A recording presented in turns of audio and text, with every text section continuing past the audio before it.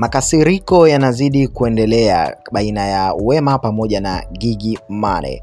Wema Sepetu hatujaona kuingia live ama kuzungumza chochote tena baada ya pale kuonekana kuumizwa na kutotaka tena kuendeleza mabifu yasiyokuwa na msingi wala na maana. Sasa Wema Sepetu naye pia tunajua kwa kuwa alishawahi kuwa ni star mkubwa na hivi sasa bado anaendelea kudumu katika star wake. Anaelewa namna ambavyo kiki na trending za mitandao zinatengenezwa. So baada ya sakata hili la kwake yeye pamoja na Ozu kuweza kugombana ama kuachana, yale mapenzi yao mazuri ambayo tulikuwa tukiyapenda, mashabiki walikuwa wakivutiwa na misemo yao ambayo ilikuwa inaibuka kila siku, misemo ya chibaba, chimama, na misemo mingineo mingi ambayo Ozu alikuwa kibuni, yote haya ni katika kulidumisha penzi lao.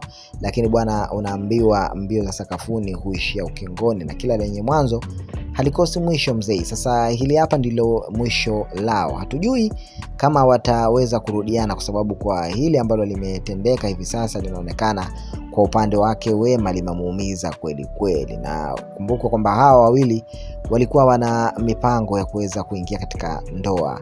Wawili hao, Ozu pamoja na Wema, walikuwa wakiongea mara kadhaa kwenye mahojiano ambayo amekuwa akiyafanya na waandishi wa habari, wakisema kwamba plan na mipango zaidi ni kuweza kufika mbali, kuweza kuoana, kufunga pingu za maisha na mambo mengine yote yakaendelea. So hii imekuwaje tena baada ya mambo kuwa ni mengi, Gigy kuweza kupita na Ozu na vitu ambavyo vimekuwa vikimuumiza sana Wema Sepetu. So Gigy Money mwenyewe binafsi amefunguka na kaonekana kwamba hakufanya labda kwa ubaya kuweza kukubali vile ambavyo watu wamekuwa wakimshitumu, wengine wakimlaumu, kwa sababu ukiangalia comments nyingi sana. Na Gigy kama tunavyojua ni dada ambaye amevurugwa kweli kweli, huwa hajali wala hana time ya kuanza kuaminisha watu. So yeye akishazungumza huwa amemaliza. Juma Lokole naye pia tumemwona amechangia katika hili na